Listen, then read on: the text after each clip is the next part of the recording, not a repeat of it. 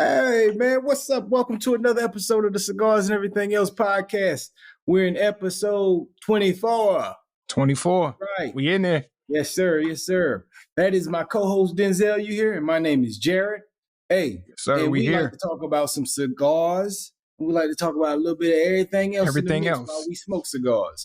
So with that Yes, being sir. said, the start of the show is always the cigars. So I'll start. Let's get with right to what it. I'm smoking. Okay. I got a Rocky Patel 5550. I got that short boy though. Ooh, that's my one. That might be my favorite Rocky Patel, man. Between that one and the Royale. Yeah. Tug of war. It's a close race for me. But But I ain't had a Rocky in a while, so that's why it's necessary. It's the little boy though. It ain't the big boy. You know what I'm saying? But hey, but it's that 55. It's that 55. So hey, we with it. Hey, they look. say it was in honor of Rocky's 55th birthday. So in case Was y'all it really? didn't know Okay. how I got his name, that's how I got it. I did not know. So I'm glad we're educated on that. Yes, sir. All right. So I'm following your lead. You did say that you were going to smoke a Rocky on the show because it's been a while. So I made sure to pick up a couple of Rockies. So what I have the Old World Reserve, the Maduro. Bam. Okay. Bam. I'm intrigued. always bring a couple of cigars. I know where you was gonna go, depending on how you went, was how I was gonna go. So you went with the Rocky. I'm going with the Rocky. I had a Padron. That was a smoke I was willing to try. Haven't had a Padron in a long time, so kind of want to give it a shot. But since you're going Rocky, I'm gonna go Rocky too. All right, we'll make it a Rocky show. Hey man, I ain't mad at that. It's been so long for Rocky for me, man. You know, I miss it. And Rocky Couple of was years. one of my early cigars that I was brought into the game loving. You know what I'm Same saying? here. One of my first favorites. Same here. I believe it was the double-edged light, if I'm not mistaken, was the one I was introduced to. And that was always a staple of mine. I had to have it in my humidor. Now, when the last time you had it? I haven't had it in years. It's been years. Yeah, probably so. You know, I see them every now and then, but I don't feel the urge to necessarily go back to it just because I had so many early on. Like I feel like I'm really, really familiar with that cigar, so I don't really feel like I have to revisit it as much. So better use I might have to go back. Go get something different, is what you're saying? Something different.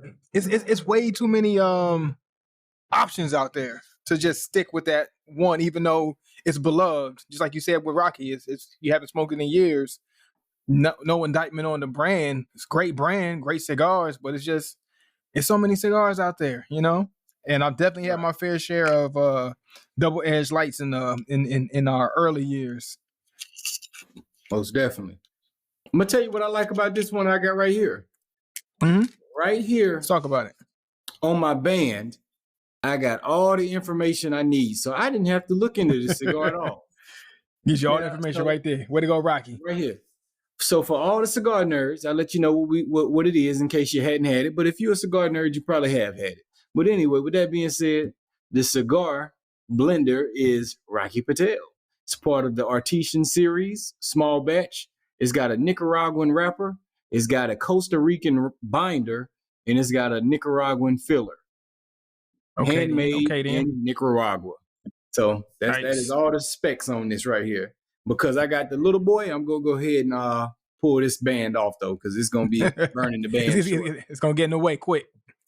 Yeah, but I anticipate this little one to last the whole hour of the podcast. No, just like the short episode that we had with the short cigars. We didn't even finish them. We went up to an hour, and still was burning. Yeah.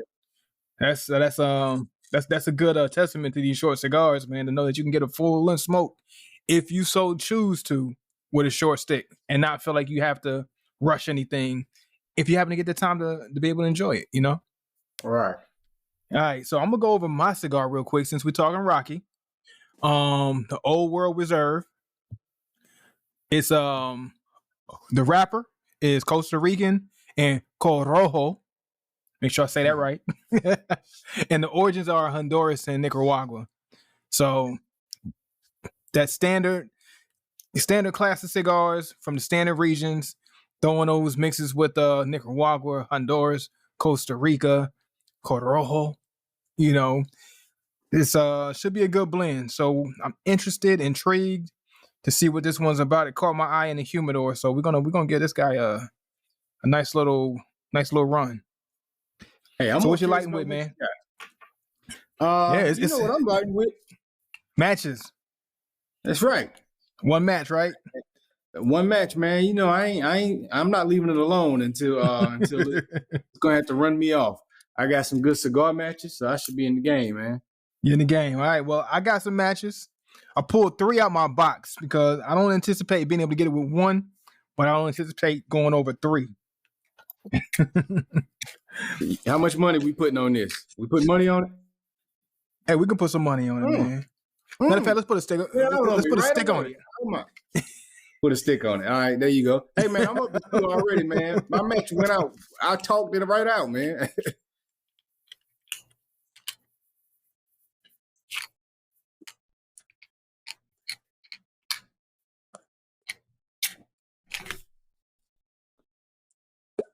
For those who catch the video, when we put the video out, y'all gonna catch the struggle. I almost got it with 1. I think I might be able to get it with 2.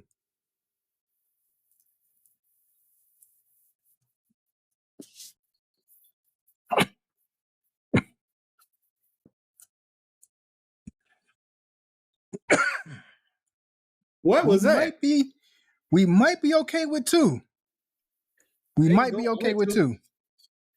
I'm gonna tell you, initially, right on my palate, right on the first stick when it went out. I mean, the first match that when it went out, cinnamon hit me right off the bat. So I don't know if that's a part of the cigar, but it was boom right there.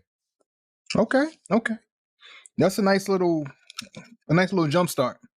If there's any flavor that's gonna hit you, I like those. I like those cinnamon flavors, and I like those cocoa flavors. The kind of hit me off jump. Those will probably be like some of my favorites. Yeah, most definitely. Is anything jumping out at your palate while you toasting this one?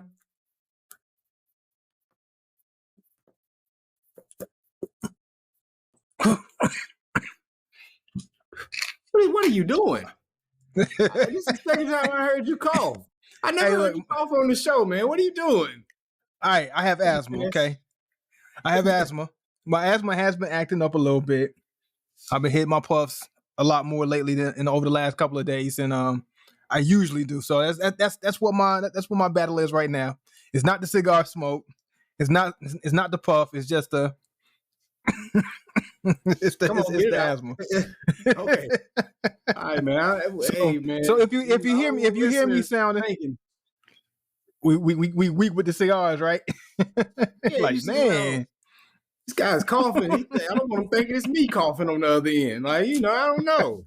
Let him know who it is, man. It's me. But yeah, man. So if you hear me sound a little short-winded throughout this episode, that's what it is, man. It's springtime. When seasons change like it does, it's been hot and cold. The weather can't be steady right now. So that's just testament to my asthma just doing its thing. Understood.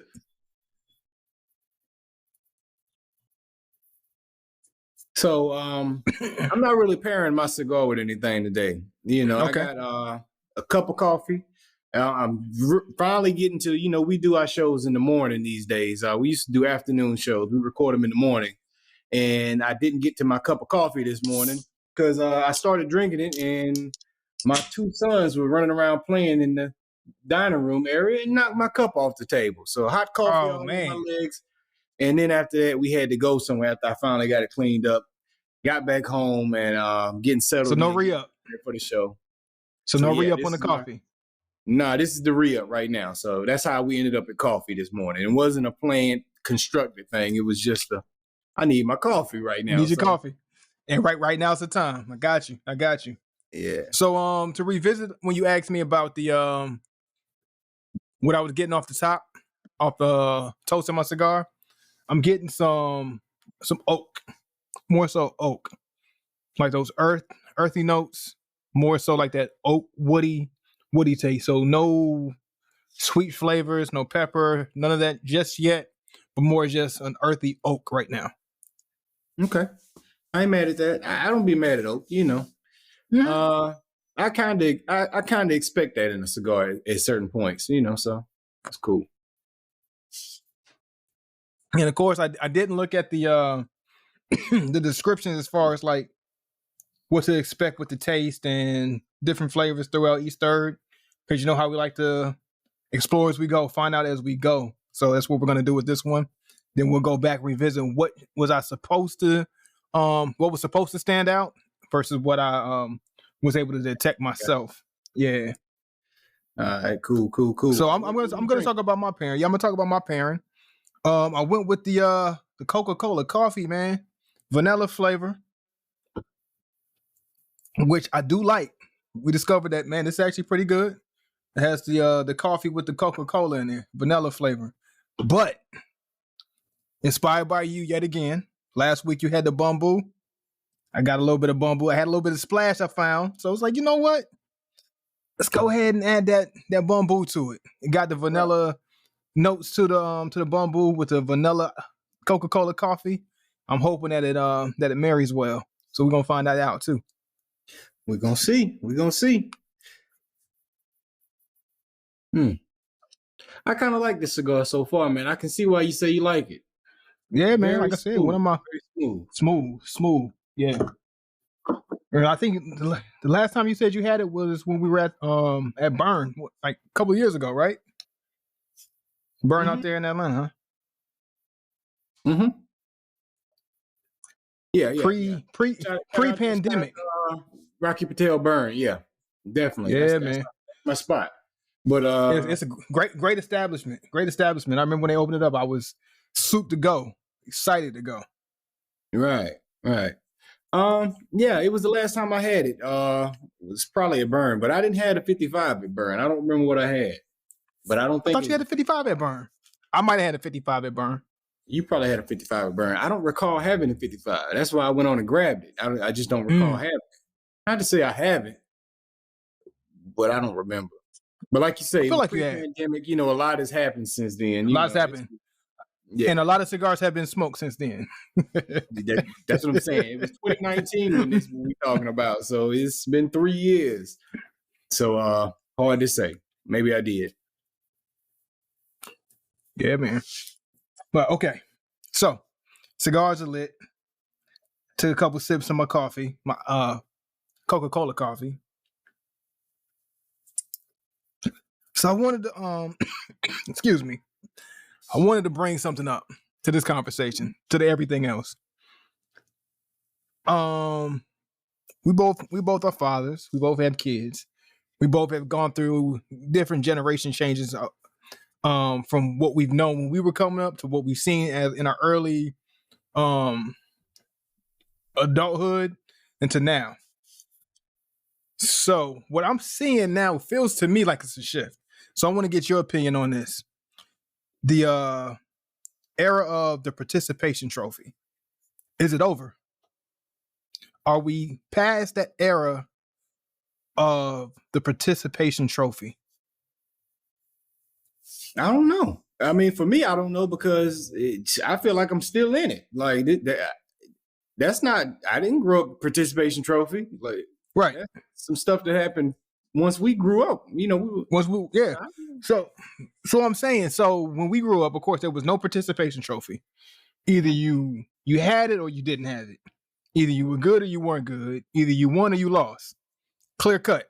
First, second, third. Everybody else. Right. And your son does sports. He does martial arts. And my kids have done the same. They've come up, and what I've seen now happening versus earlier raising kids, it seems like society is more comfortable with giving them the hard truth now. So I had a situation where my son tried out for the basketball team, and he was, just a bunch of middle school. It wasn't like one of the easy rec leagues, like nothing serious, right? And got the hard realization that, hey, I need to work on some things. And it was no coddling, no trying to make you feel better. The teams went up, the teams competed. It was watching the teams compete. It was no, hey, good job, everybody. It was no, hey, this team they lost, but we're still winners. Now it was like just hard truths from my experience with that. And I'm asking, have you seen the same thing even with your son in his karate classes or things like that? Like, hey, either you got it or you don't, and if you don't got it, you better go get it. Not yet. I haven't, but at the same time, my son's younger than your son. My oldest is younger than your oldest. So maybe it's coming, but truth be told, my son already has that realization. Like he has it for himself. Yeah, he's a sore loser. He has it for himself. Like he don't like to lose, and he wants to only be the best. And he ain't really no believer in second and third is good enough. So it's got to be one. Okay. Yeah, like we have to. Our conversations is to let him know it's okay to lose. You know what I'm saying? Because he's not accepting that. He don't accept it, and I want him to have that within him. But I don't need him to feel like his whole life is over because he's taking an L. Because you got more L's coming. You got more L's coming. Be able to take losses.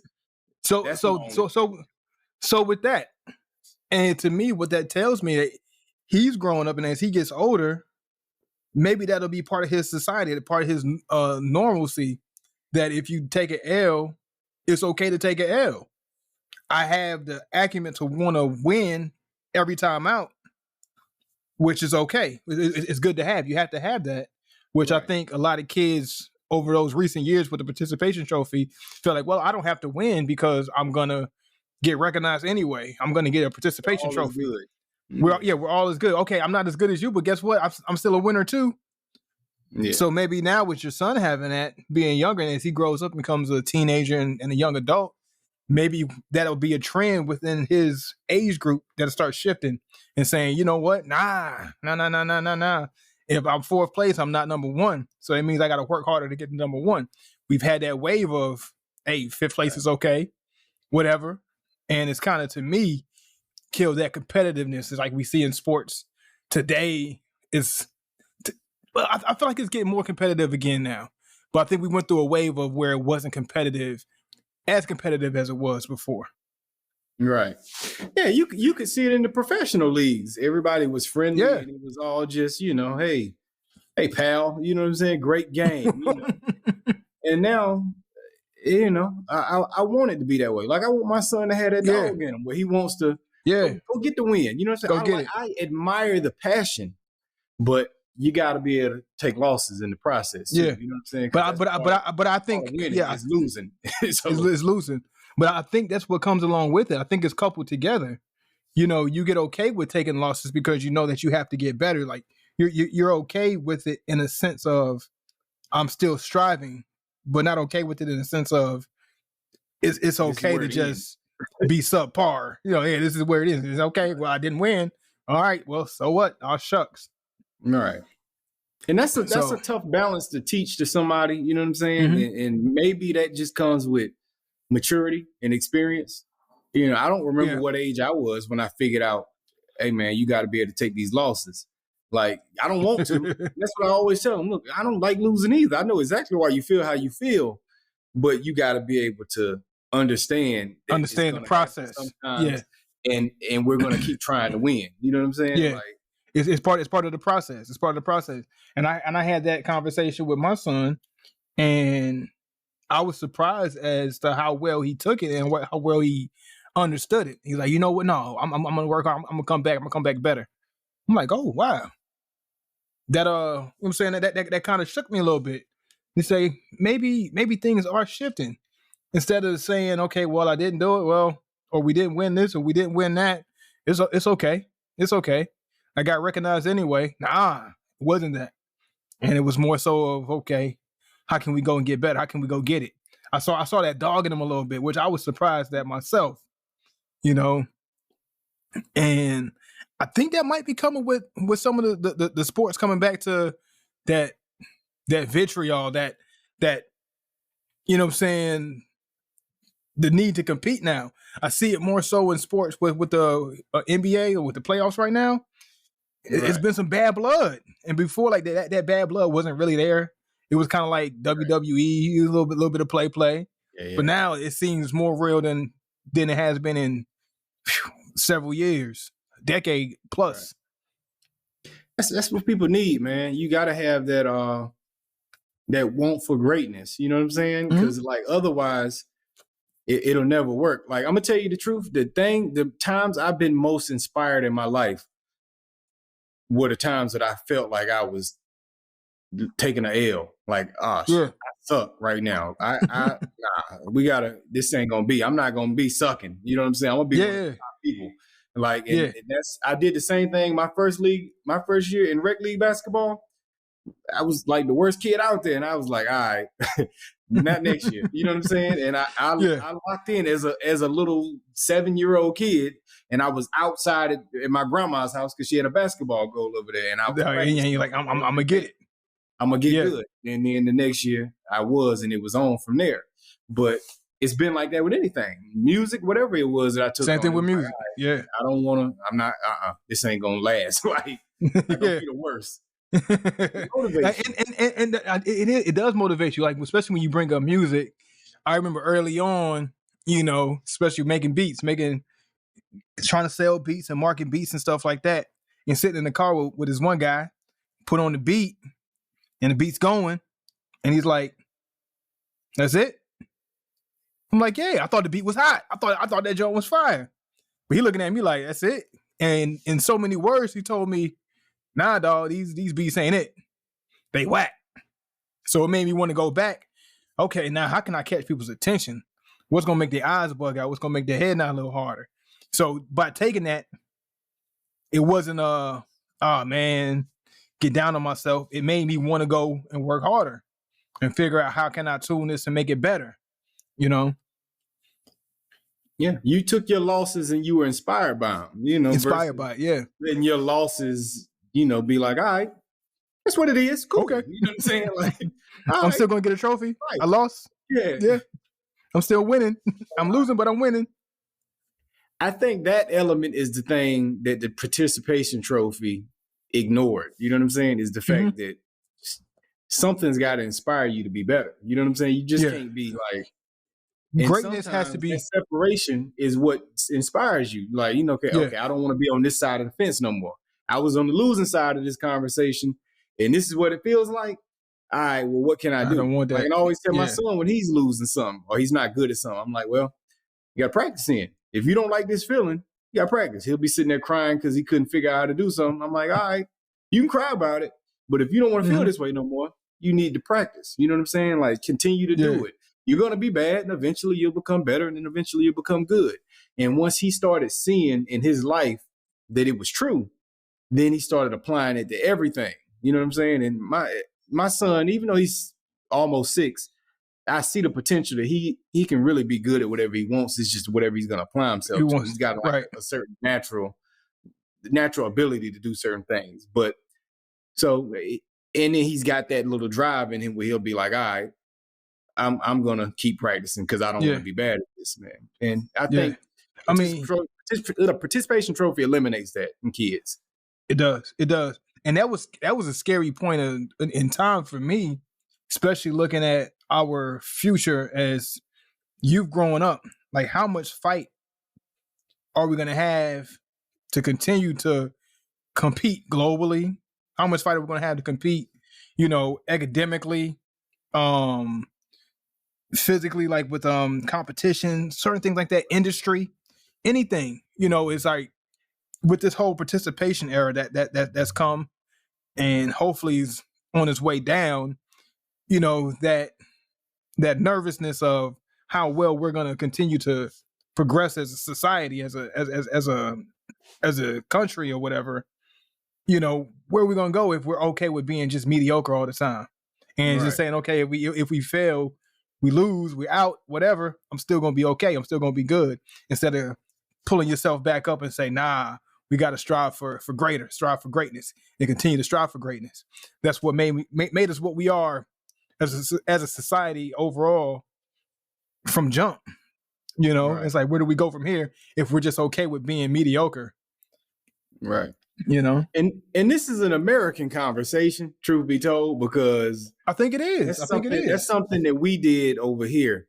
we have listeners in other countries and stuff like that. I checked the demographics. So no disrespect to none of y'all other countries that may be tuned into this today, but it's not y'all. We were spanking y'all, man. Truth be told, in a lot of categories. You know what I'm saying? Like Yeah. we were spanking y'all in them other countries, and y'all on our heels now. You know what I'm saying? Like, and it's because we took years off to go try to be fair to everybody, and that eliminates the greatness. Meanwhile, some of these other countries was like biting down because they was like, nah, Right. I don't like being on this losing side no more. And now they really on our heels. And some of them have passed us in sports and other things also. Yeah, in certain aspects. And I think that's because, like you said, it didn't come from just being okay with being okay. You know, just being okay wasn't good enough. So it's like, all right, that continued to fuel that greatness that was in them. And then we kind of declined in the United States because we got okay with being good. We got okay with being great. Then we got okay with being good. Then we got okay with being okay. Yep. I think so. I blame So that leads America me for that. So you blame Middle America for that? Hey, so I have another question that kind of leads kind of stems from this. And it kind of goes into the Kevin Samuel realm. Not gonna harp on him too much, you know. And heard he passed away, R.I.P. But I seen a lot of people celebrating because, you know, he passed.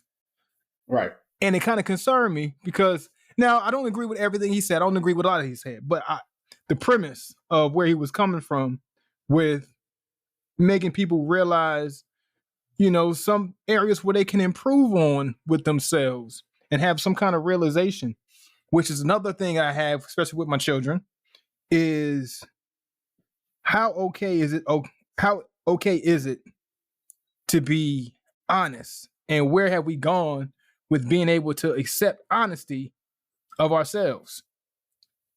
Like, I feel like it's a very uncomfortable conversation to have with a lot of people just to be honest with them. But they want honesty, but you can't be honest with them. I don't feel comfortable all the time being honest with people.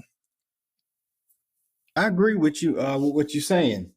For me, I think I don't have a lot to say about Kevin Samuels because I didn't follow him closely. But from what I did hear from him and what I gathered in literally a handful of clips, you know what I'm saying? It seems to me what I think he's pushing was self-accountability, be the best version of yourself, or you're going to get what you get if you don't become the best version of yourself. You know what I'm saying? Or accept what's there for you. And that all goes back to that self-accountability that you're talking about for me.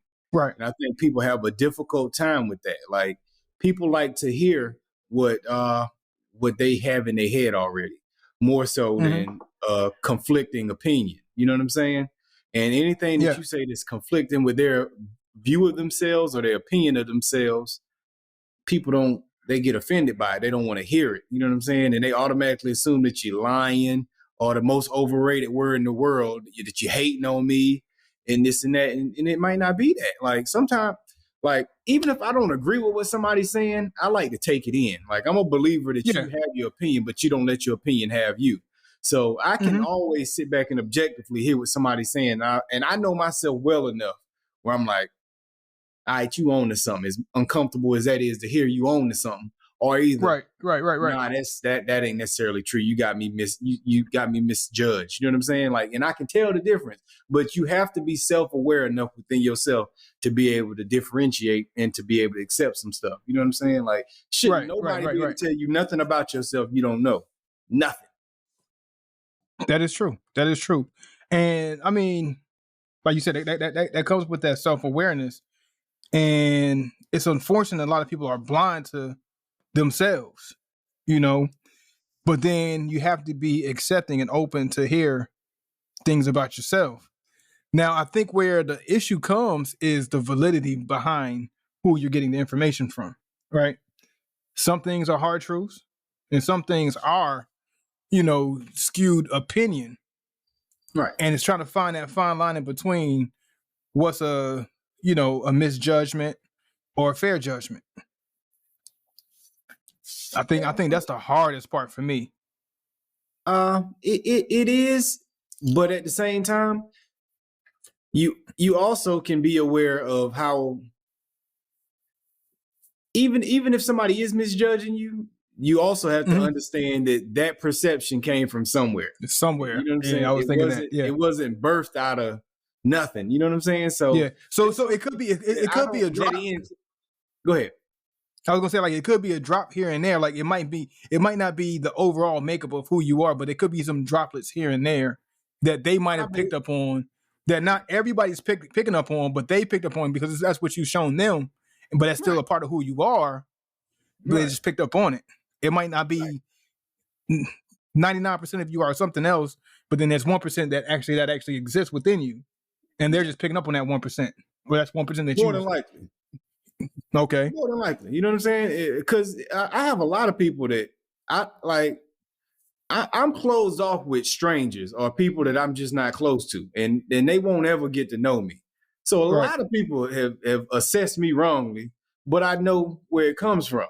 It's like it's what I've shown. Yeah, that's what I gave you. You know what I'm saying? Yeah, yeah. Wrong, but it is what it is. Not completely. That's what I created. I created that. Like, you know what I'm saying? And I understand that I created it, and I just let them have it.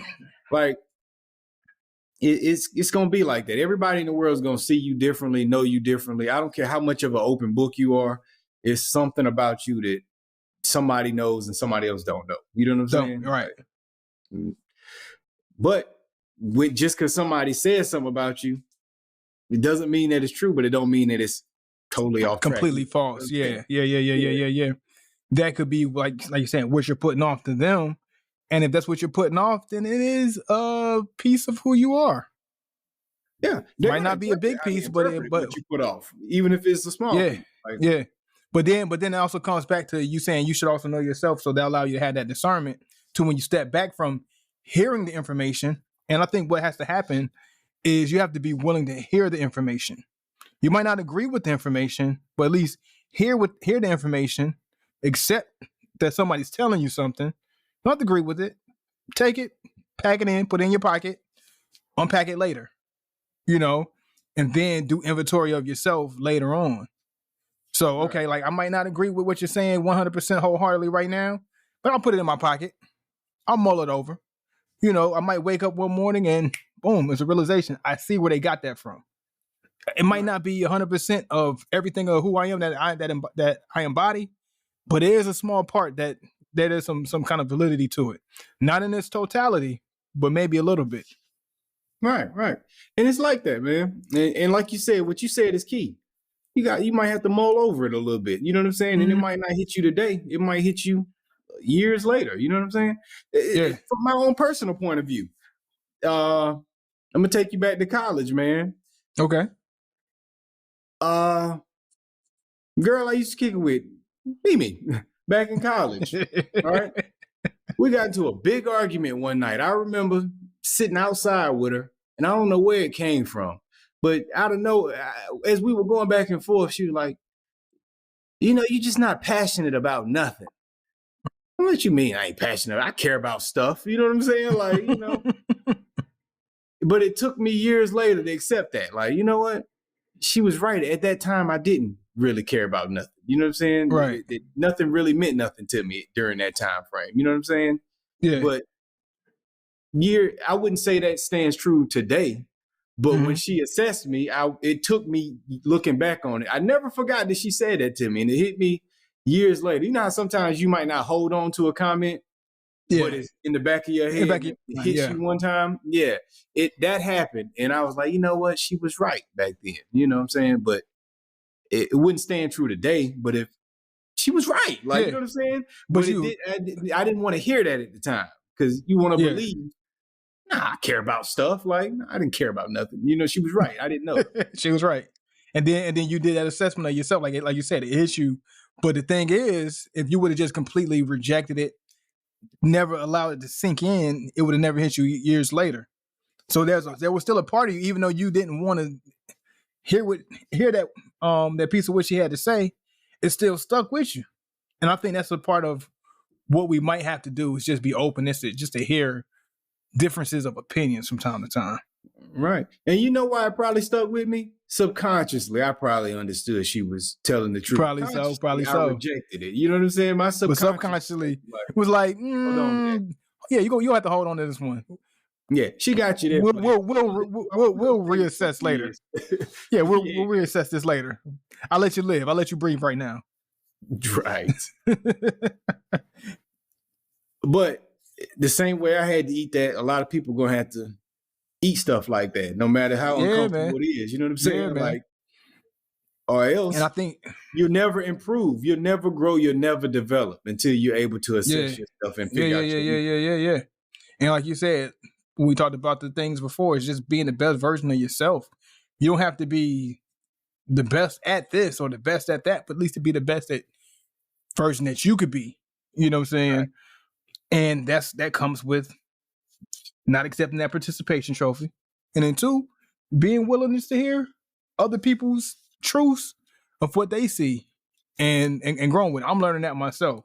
That's a daily battle for me. You know, right. So I brought this conversation more so personally. You know what I mean? I'm learning how I'm becoming an old grumpy man, but I'm also learning that, man, you know what? I gotta be able to take inventory. Gotta be able to take inventory. Mm-hmm. Hey man. So that's, you know, not just for us, but everybody that hears this. You know, you gotta if you don't like what somebody's saying about you, fix it, change it. You know what I'm saying? But yeah, understand it comes from somewhere. It comes from somewhere. And like you said, the situation that you get into, there is always an action and a reaction that may cause something to come from somewhere. Mm-hmm. You might think that they just acted, but they probably reacted to something that you've done to make them feel that way about you. So yeah, man. Well, let me know where you at with your 55, man. How you burning? I think we're about 30 minutes into the show. You're not even halfway with it yet. That's gonna get you a good hour, easy. I'm nearing the halfway mark, but I ain't quite there yet. Early on, though, I say that cinnamon was very subtle. It hit me hard in the beginning, and that's kind of in there subtly. Probably a little bit of cocoa that I pick up on, and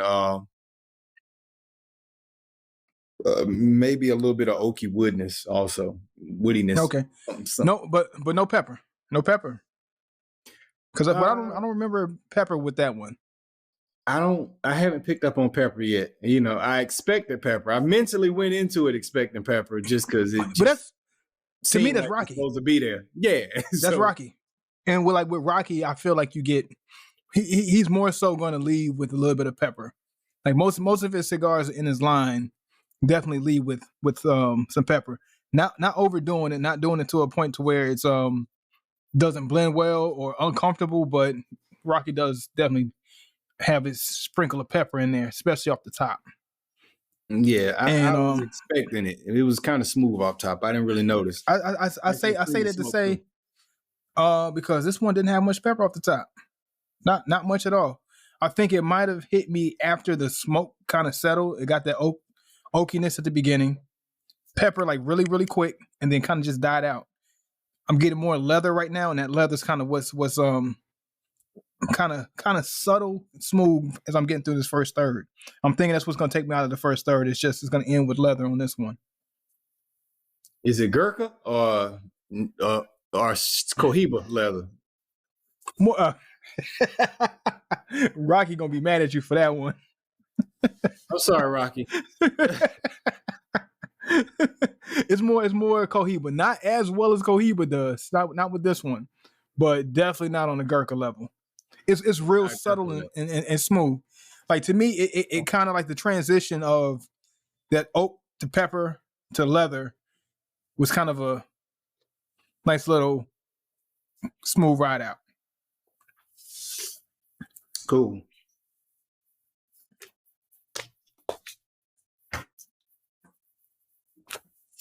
Man.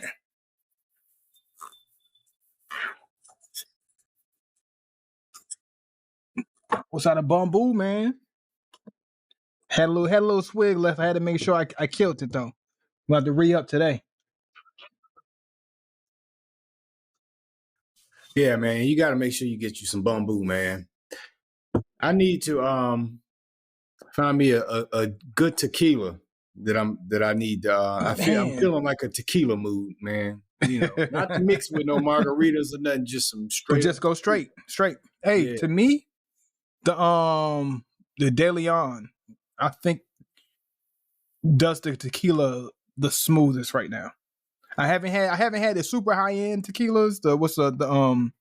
The Casa Azul or whatever it's Casa called. Azul, yeah. The Casa Azul Anejo for three Like I grand. know, yeah, I know that's the high end. Haven't had that, but as far as like that lower end, upper lower end, I think the De Yeah, Leon does it the best, man. I've had a few tequilas from the Hornitos, 1800, of course, Patron. We all had those, but De Leon, I think it does it the best, man. What's the brown? What's it? Agave? Is that what they call it? yeah, Yeah, that's the one. So the brown one, right. the darker tequila. Yeah, To me, Blanco that's the one. White. Yeah, that's the one. Yeah, that's what I think I want to go with. I think I'm gonna go with that, man. So I might have to check the De Leon out. What roughly does that cost?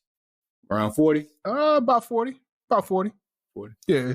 It's not cheap, but it's not super up there either.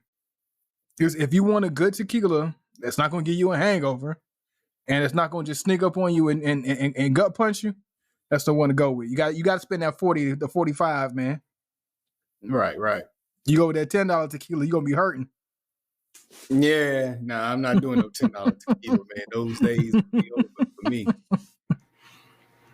So look, man, I'm gonna shift gears with you for a little bit, man. This Okay. past weekend, we went out to the mountains to celebrate for my mother's birthday. Right there, yeah. And that mountain experience was a different experience now. So for those who have traveled there, it's of course an very isolated experience, and it's just so relaxing and comforting, and just to kind Yeah, of be man. away from it all, man.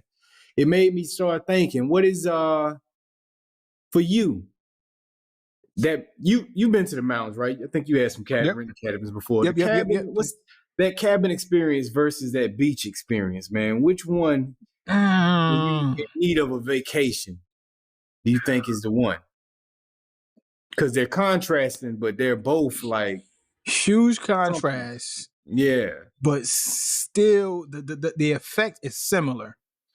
Huge yeah. contrast, but the effect is similar. If I had to choose one over the other, now knowing how much I love to be by the water, oh man, that's tough. Whew, that's tough. That's tough. Because like See, we're at a the nearby vibe is lake, and different. that lake hit the spot, so we was able Yeah, to the have lakes do hit flow. the spot. I do like rivers and I do like lakes, so they hit the spot. So if you give me one that's close by that's gonna give me some water, I might take the cabin over the beach. But I love me some palm trees, man.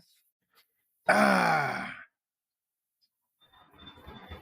Did you oh, say that's that? tough. I didn't expect to hear you say that. That's tough. But I do love me some man, because I went to Tampa recently, out there on the beach. Palm trees was nice. That wake up in the morning, it was. But then I've had the cabin. I've had the cabin in the wintertime.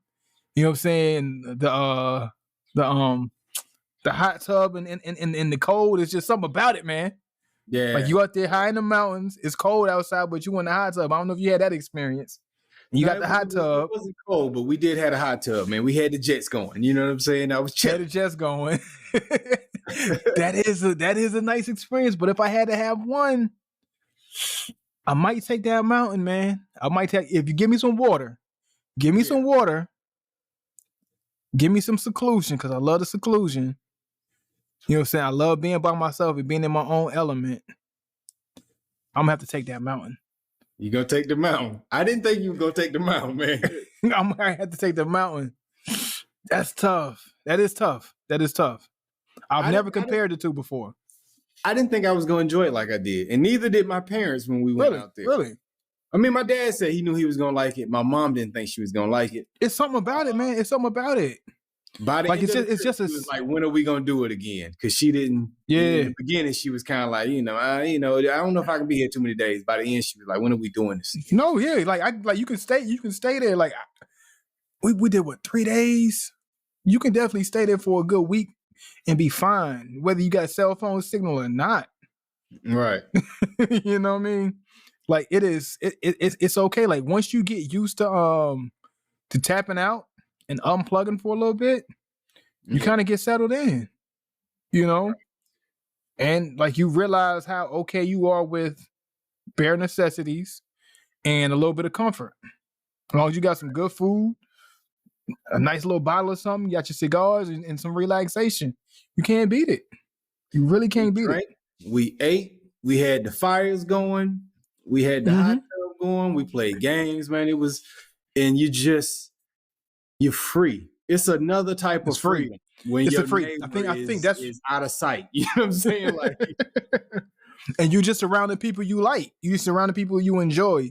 You don't gotta have these weird run-ins. You go to the beach. The beach is yeah, gonna be crowded. Well, depending on what beach you go to and what time of the day, most cases. morning, Yeah, whatever. But most cases, it's gonna be a lot of people. It's gonna be, a little bit more hustle and bustle. People gonna get in your way. People might get your attitude and stuff like that. But you go to the mountains, you ain't dealing with nothing and nobody. But the people you around, the people you enjoy, and some peace and quiet. You know what I'm right. saying? Some nature, like, and that's another thing. Like we forget how in tune with nature we ought to be until you get around some nature. And then you're like, you know what? Yeah. Let me reconnect. You feel you feel a little connected back to, what I'm saying, the root. But yeah, man, I'm gonna go with that mountain, man. Give me some water. That's the only caveat. Give me a nice water, river, creek, something that I can sit by, get some water sounds, and a cigar. I'm good to go. I'm good to The go. lake wasn't even busy where we were at. It was Yeah, a handful of people at the lake. It was just total yeah, freedom, man. You know what I'm saying? Like, yeah. and we did have a neighbor. We saw one person. The neighbor was walking her dog, but the neighbor Mm-hmm. was down the hill all the way around the corner. Like, you know what I'm saying? You Yeah, have to drive. and I'm pretty sure, Like, I'm pretty sure that neighbor was in the peaceful vibe too. So whatever y'all was on, she she was was on too. outside, and she was so polite. Yeah, Friendly. whatever y'all was on, exactly. She gonna be friendly because whatever y'all on, she was on too. She was feeling free. She was good. She was relaxed.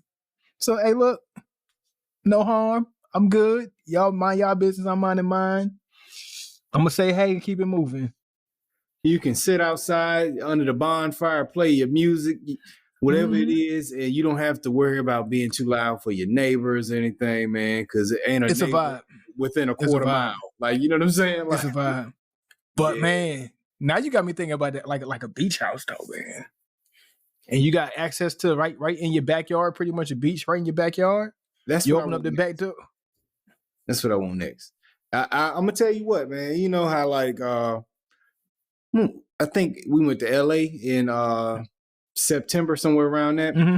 And we were at the beach, and as we were riding through, we ended up in this neighborhood.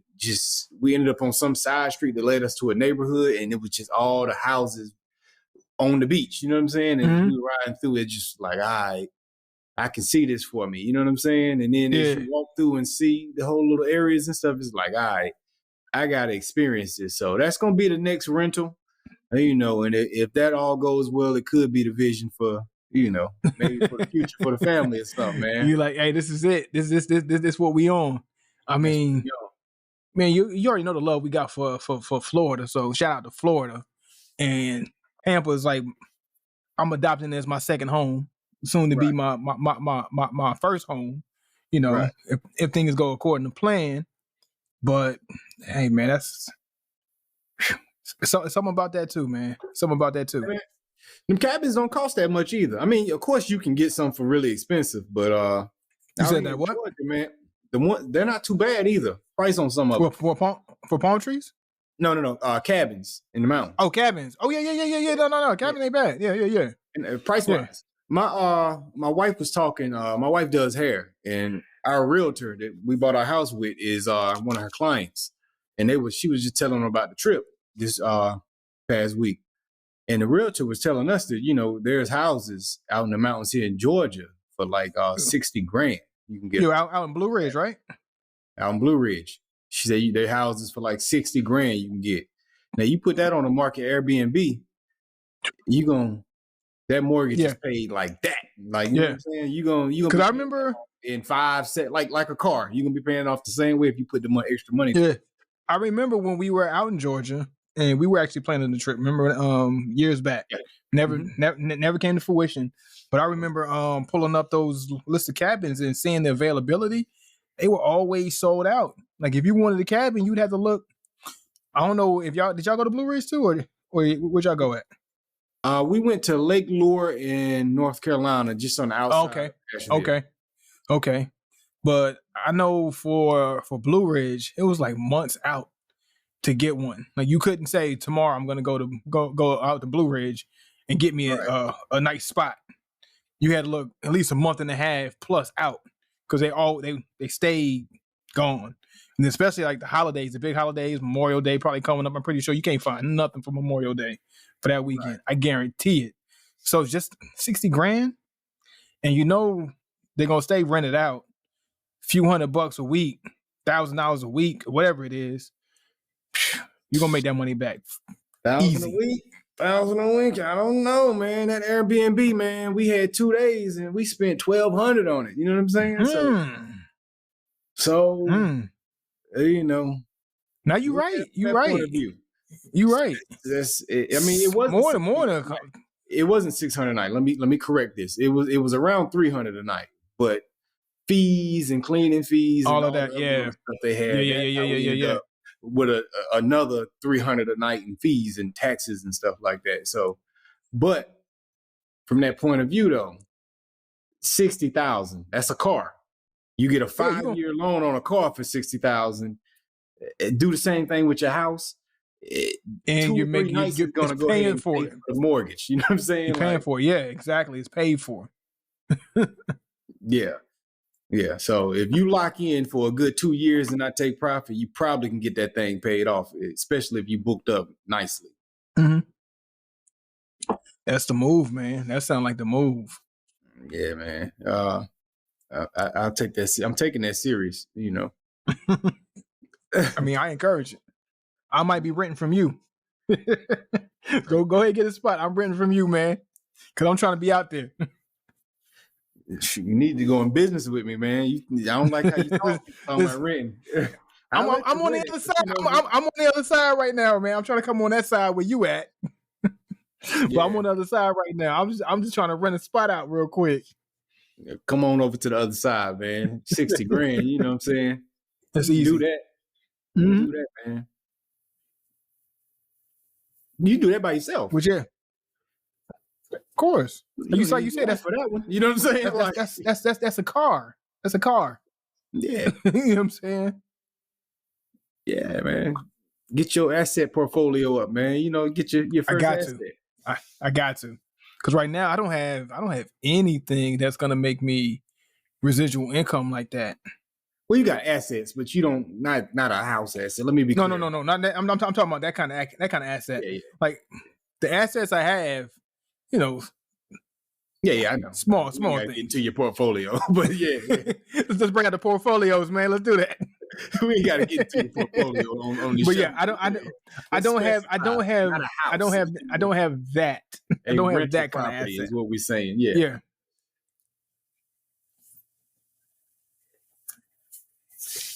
Well, yeah, man. So the mountains are the move, man. Mountains are the move. I'm glad you got to have that experience. Yeah, I would definitely do it again, man. And I didn't even realize it. I always tend to think, when I thought mountains, you think of just specific people who into that type of thing. You think it's like a niche market. You know what I'm saying? But I can understand why they would do it. It should be something anybody should want to do. I don't care if you're a city person or what. Like, it's good to get away and be secluded. Like you say, you reconnect with nature. You see animals is just coming out now because they're in their environment. You know what I'm saying? Yeah, exactly. They tell you to watch out for bears. That sounds scary, and it is. But them bears ain't worried about you. know what I'm saying? them bears living their life. They're doing their thing. Figure it out. But yeah, the fact that I'm not telling you go wrestle one. Yeah, I ain't telling you go wrestle we'll one. go greet the bear if you go there, because he's gonna get his Yogi Bear on. Put your behind. No, man, that's a cool thing. Like nature is something that most people, like, if you haven't just been into nature, and that's one thing I found, especially being in the military, is even when I go to the field, like you reconnect, you realize how much of a nature person that you really become. And I never grew up being a nature person. Like, I didn't camp much. I didn't go out into the woods much at all. If we did, it was for like a quick little picnic lunch real quick, and then we back to the house, Right. back in the city or whatever. But even going to the field and having to be in the field for weeks, you really feel you really learn how much you ought to be connected with nature and the need to reconnect with nature a lot. And I get out there and go to the field. When I used to go to the field a lot and just zone out. I'm good. My phone wouldn't work. Training got done, and I'm just sitting there smoking a cigar, just right in it. And it was dope. It's a dope experience. The crazy thing is, in the last 2 years, I just realized the importance of nature. Like in the last somewhere in the last 2 years, I just hit me. I was like, you can't stay angry if outside. Like, you know what I'm saying? If somebody's mad, just take them outside for 10 minutes. They can't stay mad within them 10 minutes. Like, it's impossible. You know what I'm saying? Like, if it's the sun shining, unless it's cold, birds is chirping. Unless it's cold, yeah. Unless it's cold. But if the sun is shining and it's a cool birds are chirping and the wind, the birds are chirping, everything. Squirrels are jumping around. You good. But one thing I do, like, but one thing I can tell you is one of my biggest pet peeves in life is being cold. I hate being cold. I hate being cold. The cold ain't gonna fix it. You know what I'm saying? Like that makes me angry.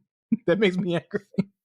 I get grumpy. I get grumpy when it's cold. Spring, summertime, even fall time vibe. Yeah, fall is fine. Fall is fine. Cool. I'm okay with being cool. Throwing a little jacket, hoodie, whatever. I'm okay with being cool. But once it starts getting cold to where my fingertips hurt, get me out of there. Because I'm gonna be angry. I'm gonna be a real grumpy individual. Not that, but just some fresh air. It really do change your mood. You know what I'm saying? It does. Like, you talk about being connected with nature, man. Like, even on some hippie talk, man. Like, just the relationship we have with trees lets you know we're supposed to be connected to nature. We're supposed to be connected to nature. Trees can't exist without us, and we can't exist without them. Like, what we breathe in, they need to live, and what they breathe out, we need to breathe. Like, you know what I'm saying? Yeah. That's the connection. About that. That's the connection. That's the connection. Have you been on a cruise? Have you been on a cruise before? Yeah. You have been on a cruise.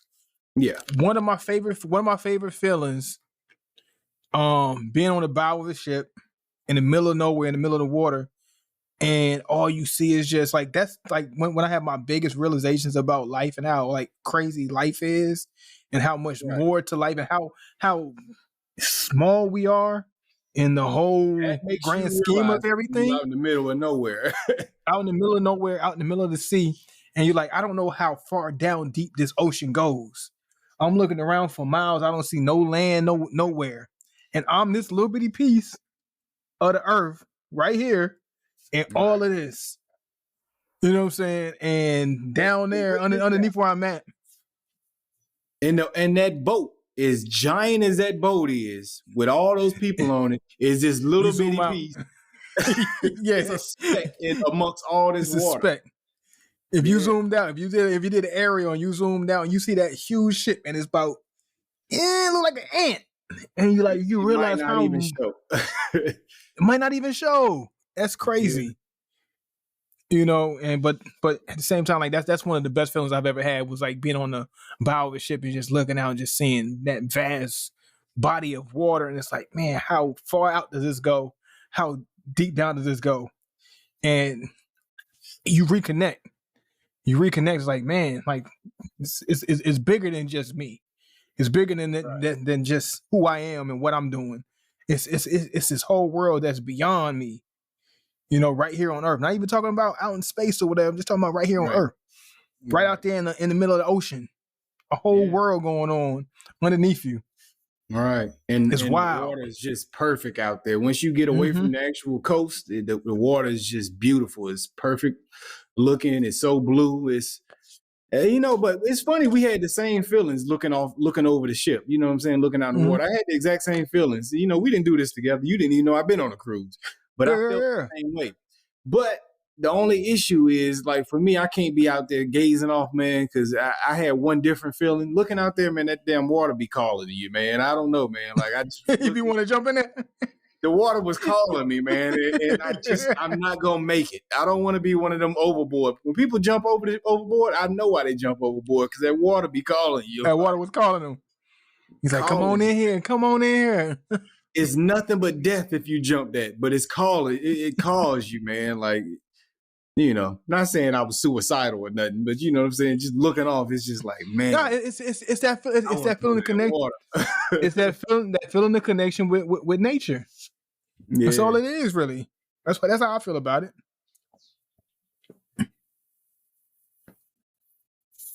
But so what you say, like, so what's your favorite type of vacation? How do you like the vacation? I have to give you the point of view as a parent now, more so than as a single person. But I'd say for me, what I enjoy doing with the family, we learned that we like doing water things. You know what I'm saying? As a family. So whether it is the beach or whether it's a water park, but we always just enjoy anything that's like that. So you been on them jet skis yet? Nah. You still ain't ready for them jet skis yet? Man, you got to do it. You got to do it. But if you do it, I would say this. Don't do it in the ocean yet. Go hit a lake where the water is not doing too much. You go to the ocean, of course, you got all them waves going crazy. If you go to a beach. But hit a lake, man. Hit a lake where they got just the water sports. I've seen you've done like the parasailing jump before, right? Right. Just hit one of them lakes, man, like that got like the little water sports. Get on them jet skis, a little quick warm up. I'm telling you, you're gonna love it, man. I did the jet skis, and I hit the jet skis for the first time. May last year? Yeah, it was Memorial Weekend last year. Hit the jet skis. It was nice. Like, we'll see, man. I got nervous about stuff like that. That stuff make me nervous, man. No, motorcycle. Somebody asked me a couple weeks ago, man, you like motorcycles? Like, I want to get a motorcycle. Like, have you ever want to get on them? Like, I have no want, need, or desire to ever be on a motorcycle. Like, none whatsoever. Like, the bike, man, but that ain't for me, man. That stuff makes me I can't want to do. Have you parasailed? No, I haven't. But it looks fun. Relaxing. I wouldn't say it looks fun. It didn't look fun to me, but I did it. But once you get up there and you reach your peak, it's just very relaxing. You know what I'm saying? It's so comforting.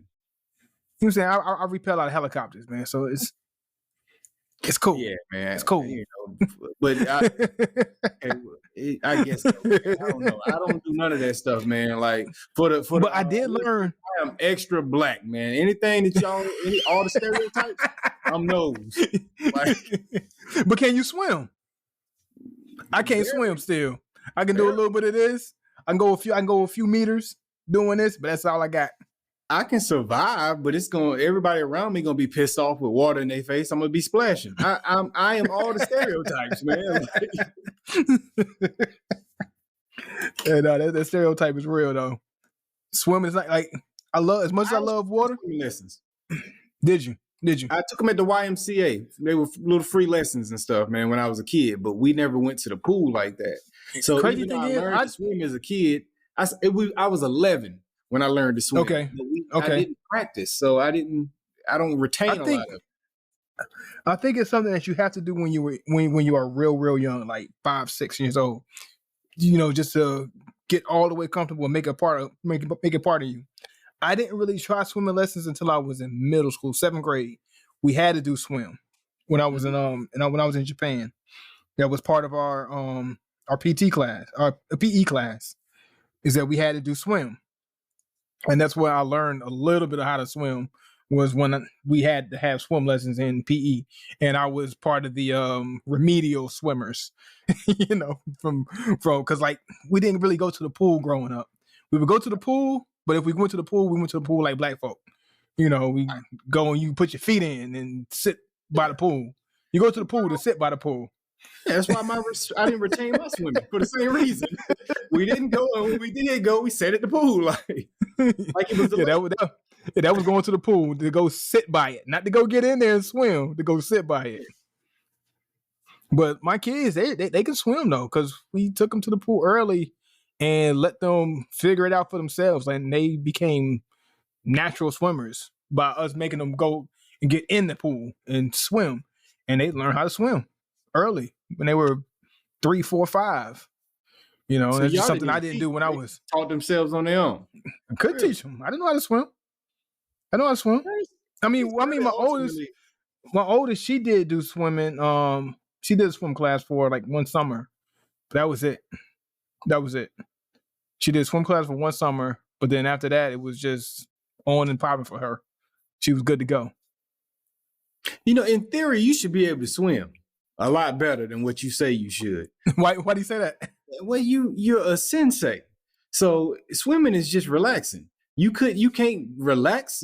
I mean, you had to master meditation and all this other stuff, didn't you? Like, it seems like you would be able to just relax. You know what I'm saying? Once you can relax, you can swim, because that's the floating aspect of it. You know what I'm saying? Like, I can't do it. It's just keeping your limbs stiff. Like, you know what I'm saying? I've tried. I can't do it. Stiff arms. I'll try. And that's what they try to teach us when we're doing swimming. They was like, all right, just lay back and just float. We're gonna just learn how to float. And I never really mastered it. I could float for like a couple half a seconds, and then I'm done. You diagonally float like that, right? And I'm going down, and then once the water hit about right here, and it started coming up to my cheek and my nose, I'm like, we done. We done. The dead man float is easier than on your back. When you face down, how? You turn your head every now and then to breathe. You get your breath, and then it's easier for you to relax going down on your stomach versus on your back, and watching the back of your face just totally go. Like how you said, the back of it. This is nerve wracking, but once you commit and go down, like, you know what I'm saying? Yeah, like, you're in it. You're already in it. You just relax. Yeah.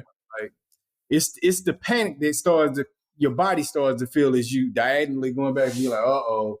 It's getting close to my eyes now. Like, and maybe that's what we are as black folk. That stereotype. Always thinking about what can go wrong. I think that's like, hey, look, our sense of danger is uncanny. Like it's nothing like us and sensing danger. We got them spidey senses. You hear, you know what I'm saying? Something going off. We see one person running, everybody running. I ain't got to know what's going on. I just see running. We running. Where we running to? What we running from? I don't know, but we running. My cousin did that at her job in like a warehouse, man. She set it off. One person running to go do something for somebody, and she took off behind him, and then everybody on the floor took off behind him. And they were all outside, and they were like, why we outside? Like, I saw her take off running. Like, so I'm taking off too. I'm out of here too. Crazy. Over nothing. Like, that's how we wired, man. That's why we can't swim. That's why we can't swim. One, because not a lot of us go to the pool or get in the pool, but two, that sense of danger is like, nah, we ain't sticking around too long for this. I don't want to see what happens on the other side of this. Nope. Right. Nope. My face getting too low. I'm done. That's it. I'm done. That's where it stops. But if you could just relax, I mean, you'd be all right. Look at all the balls that go floating by because they don't fight. Leaves go floating by, dead bugs in the pool. Everything just floating. Everything floating but us. But we the only thing panicking. Like, and that stress is the only thing that keeps you from floating. Truth, man. Okay. Well, this conversation went all kind of places today. Hey, say everything else, man. This 55, I did get a subtle amount of pepper a little bit after we talked about it as I was entering just over the middle, but it was very brief and very subtle. And it just seemed to be more of the other things that I said I noticed. I picked up on earlier. Okay. It does seem to kind of be getting a little bit stronger as we go. Some of the smoothness is going away. Not saying that it's still not smooth, but I can Some feel of it. it's kind of it's Picking kicking up a now. little bit. It's kicking Picking up a up. little Okay. bit. Which is Rocky, man. That's Rocky. Like that's what Rocky to me. If you tell me about if you say Rocky Patel cigars and you want me to give you a real quick synopsis of what you're gonna expect across the board, you're gonna get a little bit of pepper, you're gonna get some smoothness, and you're gonna get at some point it's gonna kick a little bit. I think that's just what Rocky likes to do. But going back into my cigar, so now that I'm getting into the second, third, I feel more comfortable with going back and looking at the what I was to expect. So a medium to full body, which is what we got in the smoke, which is something I do like. And it says it's supposed to deliver flavors of pepper, earth, and natural tobacco sweetness. And said toasting the foot, you'll find a rich woodsy core, complemented with natural sweetness of the corojo leaf. And I think that's exactly what I got. I think I picked up on everything that it was supposed to do. So by reading the description of it, this Exactly. Old World Reserve did exactly what it was supposed to do. Exactly what it's supposed to do. Like I said, I tasted oak right off the top, those earthy tones, a little small brief intermission with some pepper, and then some leather. I don't see anything in the notes as far as leather, but that's what I picked up. But maybe it was supposed to be the natural sweetness, I guess, that was supposed to be in there. Maybe that's what they were trying to do. Maybe that's what Rocky was trying to do with this one.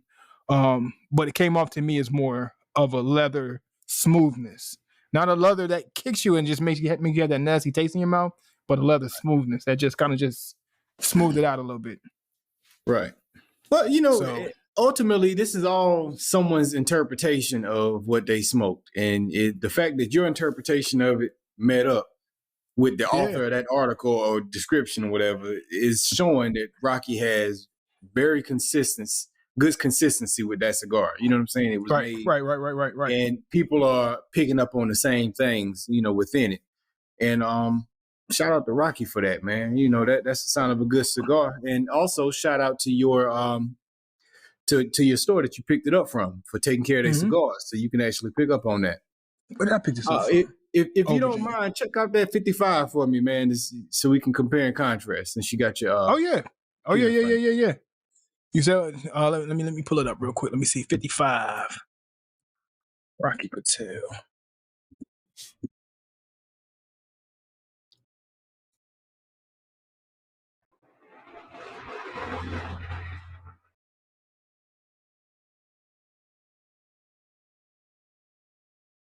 All right, here we go. Let's see what we got.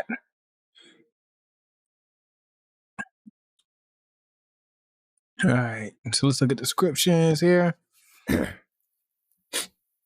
So it says you'll get a mixture of creamy cocoa and cinnamon with light oak and pepper on each puff. Okay, so there you go. I did say the cocoa and and the cinnamon. It was so strong right off the bat. That's what made me notice it. Like I probably wouldn't have picked up on that cinnamon if it didn't hit me right off the bat. That was the first thing I tasted. But the crazy thing is, it's like you said, you didn't look at the description of it. You haven't had it before, as we resumed. But you spoke on the cinnamon. It's right there. And then you spoke on the pepper, that cocoa. You said you got a little some oak too. Yeah, but I noticed the oak and the cocoa more than the pepper. The pepper was only in the middle, and they said it was pepper on each puff. I didn't get pepper on each. Well, it said, but it said light with slight oak and pepper. Slight. Maybe that's the key word there. But if you ask me, based on what you said, based on what I'm reading, hit the nail on the head. Okay. Cool. Yeah, man.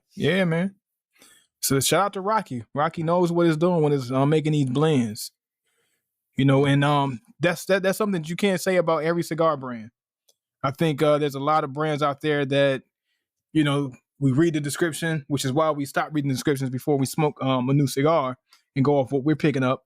One, to make sure our palate's on point, and then also see if the cigar does what they say they're gonna do. How you manufacture your cigars, how the cigars are packaged and taken care of along the way, how they're handled once you get them in your hands, right? And make sure that it's living up to his expectations. And Rocky is definitely doing that. Hey, man, we like Rocky, man. So once again, shout out to Rocky Patel and what he does for the culture, man. I think he does a good job with it and always has. Hopefully, he continues down that path, because so many of his comrades drift off sometimes. So. Are we taking shots at Alec? No, yeah, no. Not him specifically, but you name dropped him. You know what I'm saying? Since we naming names now.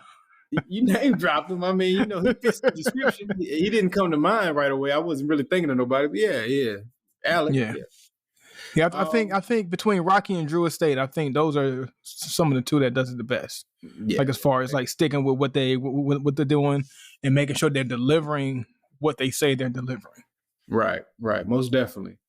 Let's get your final thoughts on this cigar, man. I'm gonna go ahead and I'll lead with mine. I'll say a 4.3 for this cigar. Ooh, 4.3. That's up there. Yeah. All right, man.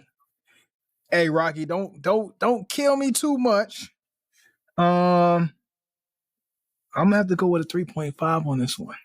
Ooh. Only because I have so many Rockies that I love, and so many Rockies that rate so high and does all the things I like. And this is more of a preference thing, not a Rocky didn't deliver thing. It's more just of what I like when I smoke a cigar, when I pick up a cigar, which is, more of what you got in the 55, a little more complexities, a little more of a little bit of the sweet, and a little bit of the smooth. Like I feel like the Rocky, the 55 is a whole lot smoother than this one. Mm-hmm. But it's, I'm gonna give it a 3.7. I'm gonna give it a 3.7 because I'm thinking about the sun. I'm thinking about other Rockies I smoked, the Sun Grown, the Edge, Double Edge Light, the Royale. So many ones that I love. It's not missing the mark, but it's just not necessarily what I like in a cigar, what I look for in a cigar. Would I smoke it again? Absolutely. But would it be one of the Rockies? Like if I had to pick 5 Rockies, would this be one of the 5 Rockies that I keep in my humidor at all times? It wouldn't. It'll fall just outside that 5. Right. So if I had a cigar, if that was my extra cigar I had on me and I handed it to you, you would smoke it. You wouldn't be smoke it. Nah. Okay. But if you had two 55s on you and you had this one, I'm like, can I get that other 55? Let me get that other one. Get that other 55. Fair enough. But look, for those who this might be your first time listening, we go 1 to 5. I don't think we stated that before. So when he says 3.7, that cigar is above average, well above average to get a 3.7. You know what I'm saying? So that's a good score. Don't let that be an indictment against Rocky. Ain't nothing wrong with a 3.7. 4.3 is just really good. Like, you know what I'm saying? Because 5 is perfect. And I don't know if we've given out any 5s before. You got close to a 5 one time. It might have been the Liga got us there, and I think the Cohibas almost got us there. I might have given We have to pull up the archives. We might have to pull up the archives. You might have had a 5. If not, I think it was closer. I think that T52 is probably the highest one I've given. That T52 is something else. It's in the stash. I might bring it out tomorrow. I mean, next week. I don't know. I'm saving. Make sure you take care of it. Yeah. Got to give it a fair shake. Well, the shop I got it from, they didn't take that great of care of it, so I probably need to Go ahead, get to it now, and then go get you another one. Yeah, it felt a little. Yeah, it didn't have much squeeze on it. It felt like I was gonna break a leaf if I squeezed it a little too much. But I got it, but it was there, so I was like, let me get it now while it's here.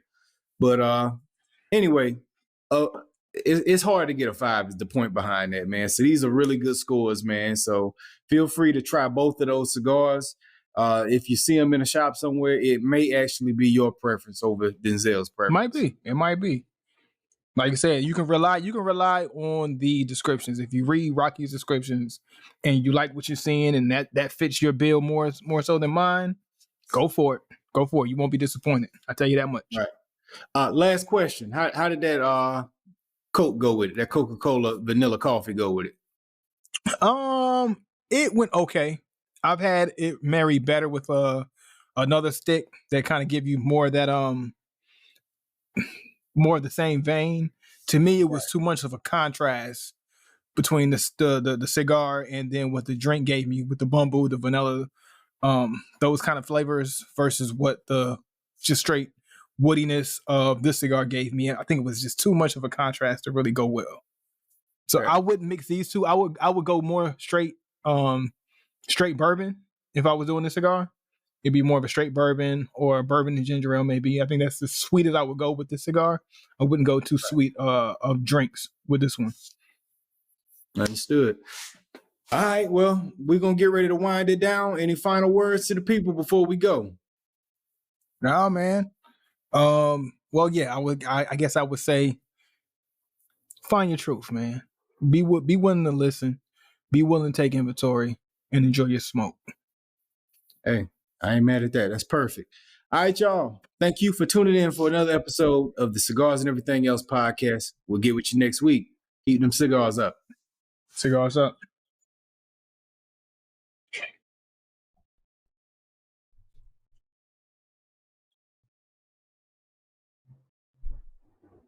So what's up?